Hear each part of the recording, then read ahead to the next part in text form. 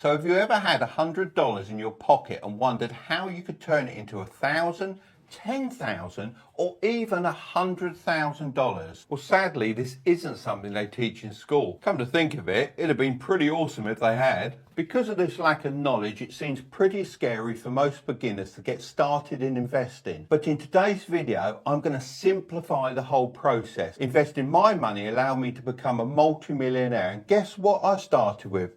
That's right, $100. Well, probably less than that, to be honest. I'm not saying becoming rich is easy, but by taking calculated risks, you'll be able to grow your wealth over time. I understand that everyone has a different risk tolerance, so today I'm going to be revealing how to invest for beginners with $100. And as we go through the video, the risk is going to increase, but remember, as the risk goes up, so does the potential reward. I'll also be putting my money where my mouth is and investing $100 into each one of these options so you can see exactly how to do it. I'm just about to invest in something I never thought I'd actually do. Here goes. When someone asks me how they should invest $100, I usually say invest in yourself. You can do this by buying books and improving your skills, but assuming you've already done this, now we're going to be talking about the specific places you can actually put your money. Now, I'm a businessman, I'm not a financial advisor. These are just some of the ways I've invested my money over the years and they've worked for me. You can also sit back and relax because I'm not going to try and sell you anything at the end. Just remember, if you enjoyed the video, then smash that like button because it really helps push this video out to more people. And also consider subscribing if you want to grow your wealth. The first investment is a high interest savings account. This is a 1 out of 10 on the risk scale, so the lowest possible risk that you can have. Nowadays, it's extremely hard to find any savings account that will pay a substantial amount of interest, but that's not the main reason it's on the list. By putting your money into a savings account, you're actually starting to create what I like to call an emergency fund, which I believe everyone should have.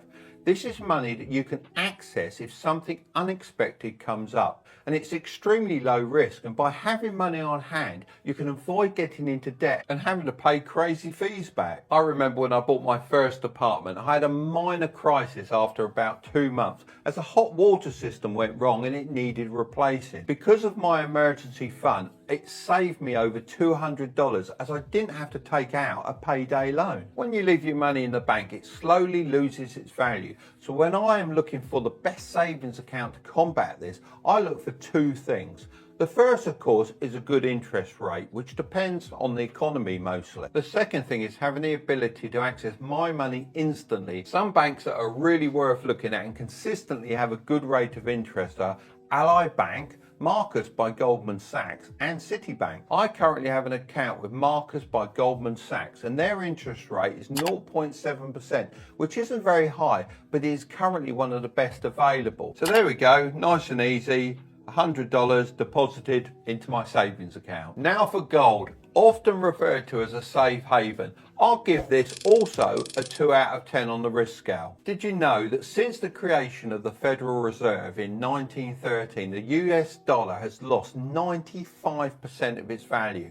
So you're actually only left with 5% of its original purchasing power. So if you want to stop your money losing value, then maybe gold is for you. If you had a $100 nugget of gold in the year 2000, it would now be worth approximately $580. The piece of gold hasn't actually changed in size. It's still the same piece of metal, but what has actually changed is the value of your dollar and how much gold you can buy with it. Gold was actually our original currency used by our forefathers. I remember those days well. It's perfect as it can't be manufactured and it lasts for thousands and thousands of years. So if you've ever watched Gold Rush on TV, you'll know how hard it is to actually mine this stuff out of the ground. Now you may be wondering, if it's so safe, why have I given it a 2 out of 10 on the risk scale? It all comes down to opportunity cost. You have to ask yourself if you really want to just protect your $100 against inflation, or if you want to invest it in other opportunities which could make it grow a lot quicker. If you invest in gold, then you would be missing out on these potential profits,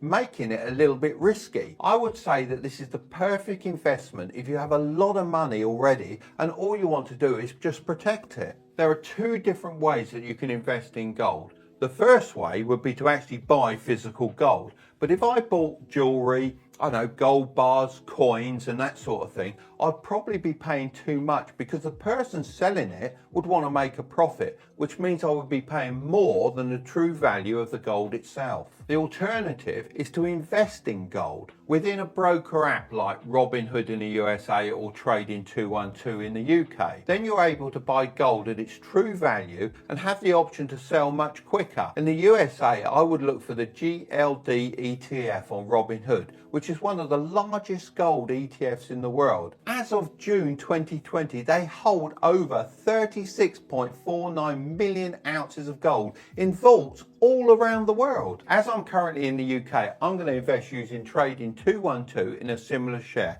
And with just a click of a button, there you go. I'm now Mr. Goldman. If that doesn't sound exciting enough for you, then why don't you try a simple low-cost index fund? I'll give this a 3 out of 10 on the risk scale. If you invested just $100 per month into an index fund with a 7% annual return, then after 30 years, you'd have $123,000. That's the power of compound interest. You can do all of this without having any knowledge of the stock market. I remember when Warren Buffett, one of the richest men in the world, placed $1 million bet that a simple S&P 500 index fund would outperform a professionally picked portfolio of hedge funds over a 10-year period. Now, this contest wrapped up in 2017 and the results were made public. Warren Buffett had actually won $1 million bet, which really shows the power of index funds and that the everyday person can take on the pros with little to no knowledge. Imagine an index fund is like a bag of Haribo gummies. The machine in the factory puts a range of the most popular candy into one bag, so you can enjoy the best of the best without having to pick and buy each and every one individually. Now, just replace the candy with companies. That's what an index fund is. You can buy your own selection bag of the most popular companies in the world, such as Apple, Microsoft, Amazon and Facebook, and your money is split between all of them. Now let's go back to the Haribos. Imagine you left these on the side and they're open for a few days or so. They'd go hard and they certainly wouldn't taste as good, would they? But by putting them in a container, you can stop that from happening. This is very much like index funds, as if you leave them unprotected, the government will start taxing you on the profits you make. But you can protect them with a sort of container like this, which is known as different things in different countries.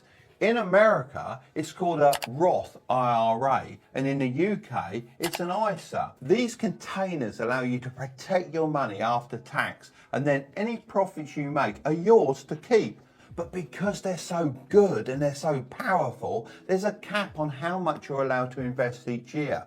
So if I was you, I would take full advantage as soon as possible and max out your allowance. There are more in-depth strategies you can use, but for the purpose of this video, I'm going to be investing $100 into an S&P 500 index fund, which over the last 20 years has an average yearly return of 7%. Drop a like if you'd like a full video covering this topic, because there's so much on this we could talk about. But Mark, $100 isn't enough, as the S&P 500 is over $3,000 a share. Well, you don't actually have to buy a full share to invest. My favourite brokers are Fidelity, Charles Schwab and Vanguard. So if we head over to Vanguard's website now and we find the S&P 500, here you can see what companies are in the index fund, so you can buy the right one. So all you have to do is create an account. I already have one, and deposit some money and then click. There you go, job done. The fourth way to invest is in a real estate investment trust, otherwise known as a REIT. I'll also give this a 3 out of 10 on the risk scale. Now imagine your friend collected $100 from 3,000 people. He will have $300,000. Then he takes this money and he buys a property. He rents it out and splits it with all 3,000 people that helped him buy the property, which helps them start generating some of that sweet passive income. That's the basic way of explaining a REIT. It lets everyone benefit from investing in income producing properties without actually buying one. Think of it like buying a small share in a property. Let's say you own the front door, someone else owns the windows, and a few other people own all the bricks. But altogether, you own the property. Equity REITs own things like offices, shopping centres, apartments, hotels, and much more. And they get their income through the rent. By law, they have to pass on 90% of all profits to the investor, like a dividend. However, they're taxed a little differently. The cool thing is that at the start of 2019, the 10-year average return for REIT ETFs did better than the S&P 500 with an average return of 10%. If you're in the USA, by investing in the VGSLX by Vanguard, you can average a 12% return, which beats the average real estate investor. How awesome's that? As I'm in the UK, I'm going to use the Trading 212 website to put $100 into a similar REIT. It has high global diversification, meaning I can invest in all the up and coming property markets around the world. The next option is buying and selling items. The risk on this really depends on how good you are at finding great deals, but I'll give this a 4 out of 10 on the risk scale. The good thing about doing this is that you can buy and sell something that you're interested in and have knowledge about, which can lead to bigger possible return. Now I'm going to invest my $100 in either pre-owned radio control model gear or golf equipment. Both of these I've got an interest in, so I should have a reasonable idea of what each item is worth. Pokemon cards would be a great area to have some expertise in, as their value at the moment is skyrocketing. Logan Paul just bought a Charizard card for over $150,000. How mad is that? So I've been on Facebook Marketplace, as most people have access to that platform, and I found myself a model engine that I'm going to go and try and buy. It's up for £75, which is approximately $100 US. We've sent a few messages back and forth, and I'm going to go and have a look at the item now.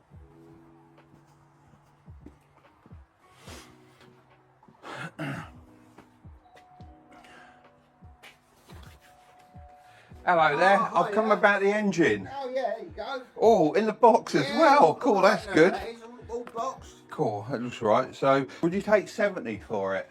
No, I've got to have 75. Inch box in good condition. Can you do a bit better? I'll tell you what I can do. There you go. I'll throw that in. Really? That's what it came out of, 75 quid. That's a deal. Okay, we'll do There you that. go, I'll give you 75 quid. Lovely, There you thank go. you very much. We're videoing this for our YouTube channel. Do you Oh, mind? No, that's fine. All right then. Okay. See you again. Thanks a lot. Thanks a Bye. lot. Thanks for that. So I've done a listing on eBay for the model engine, and the model plane I'm going to actually advertise on a specialised website for model flying, as I'm sure I'll be then selling to the right people and hoping for big profits. Now we're starting to get serious. It's time for individual stocks. This gets a 6.5 out of 10 on the risk scale. There's a certain amount of risk that comes with investing in individual stocks, but if you pick your companies well, then it can be really exciting, as there's the potential to make a lot of money. During the dot-com boom back in 1995, I was really lucky to pick a few great stocks, which I cashed in, and I made a lot of money in a very short period of time. When the bubble burst, some of the companies I'd held on to, which had cost me very little, went completely out of business. Luck and timing can be a very crucial part of stock investing. I picked these stocks using what's called fundamental analysis, which means I looked at the business financial statements, their market, and also the leadership of their companies. Back then this was a lot of work, but now it's easily found out on Yahoo Finance. A while ago I read an article about an experiment where they simulated 100 monkeys throwing darts like this at the financial pages of a newspaper. The stocks the monkeys picked on average outperformed the so-called smartest hedge fund managers on Wall Street. So for this video I thought it'd be fun to put this theory to the test.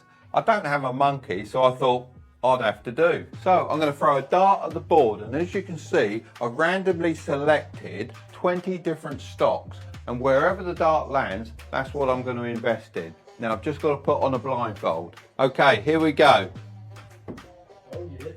Right, let's see what we got. And we've gone into Samsung. Right, so I'm going to jump straight onto my brokerage account and set an order for Samsung. If you want to invest your $100 in individual stock, then Webull are currently giving away 3 free stocks for a limited time when you deposit $100 into your account. I'll just leave the link in the description if you want to pick up those free stocks. So now we're going to be moving into the realm of gambling and speculation rather than investing. Number 7 is cryptocurrency. This is a 9 out of 10 on the risk scale. So you've probably heard of Bitcoin. This is currently the most popular type of crypto. If you'd have bought $100 worth of Bitcoin in 2015, today it would have been worth around about $5,000. That's a 5,000% return on your investment, and that's pretty unheard of. Therefore, many people that invested in Bitcoin in the early days became millionaires overnight, but a lot of people also lost money. If you'd invested around $100 in December 2017 when Bitcoin was at an all-time high, by December 2018, you'd have had less than $17 left.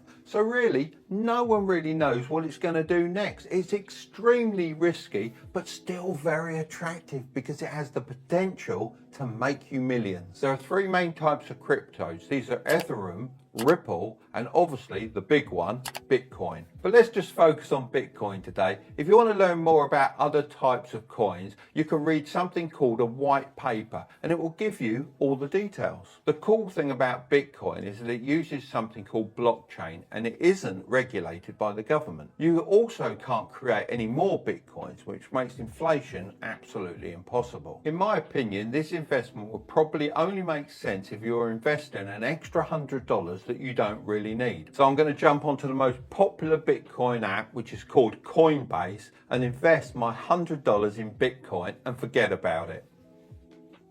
By the way, if you wanted to give this a try, I'll put a link to Coinbase in the description down below, and you can pick up $10 of free Bitcoin. At least that gives you a bit of a head start. The last is definitely a full-on gamble. You may have guessed it already. It's the lotto. This is definitely a 10 out of 10 on the risk scale and isn't something I would recommend doing. However, I thought I'd include it in this investing video as so many people choose to do it. In fact, 57% of all Americans buy at least one lotto ticket per year.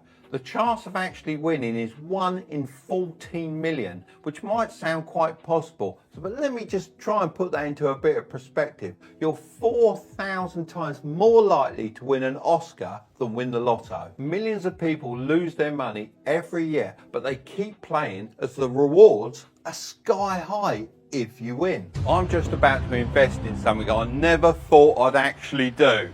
Here goes. Can I have 100 scratch cards, please? Lovely. Thank you very much. Thanks for your help. Cheers and thanks. Bye. As you can see, this is going to take me quite a while. I'm going to leave a counter on the screen so you can see how much I've spent versus how much I've earned back from my investment. Let's do this.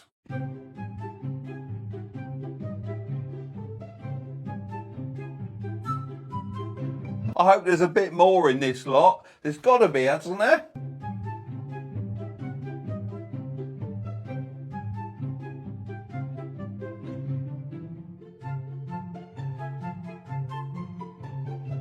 So we're halfway through. The most we've earned so far is $3 on one ticket. I'm going to need some help. I've got 50 more to go. Come on, Curtis. I know you've been itching to have a go at this. Have you got your coin ready? I do.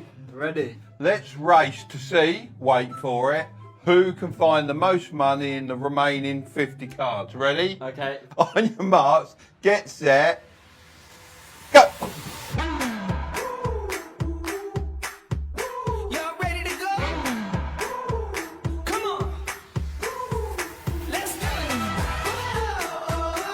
$15. Really? Yeah. No. Yeah. Oh wow! Hey, $15. $15. He's only just started doing this. He's got more than me. I've beaten you already. Find a 2x to win 2 times. There must be $10. We think. Is that $10? $10. $10. What did you get? You say you're smashing me, but I'll tell you what. What did you How get? about this? How about this? Another $1. Oh. You're ready now.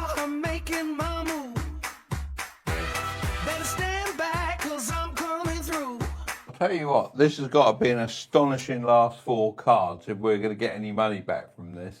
So we just came back and we double checked it. We made back $50 from our $100 investment.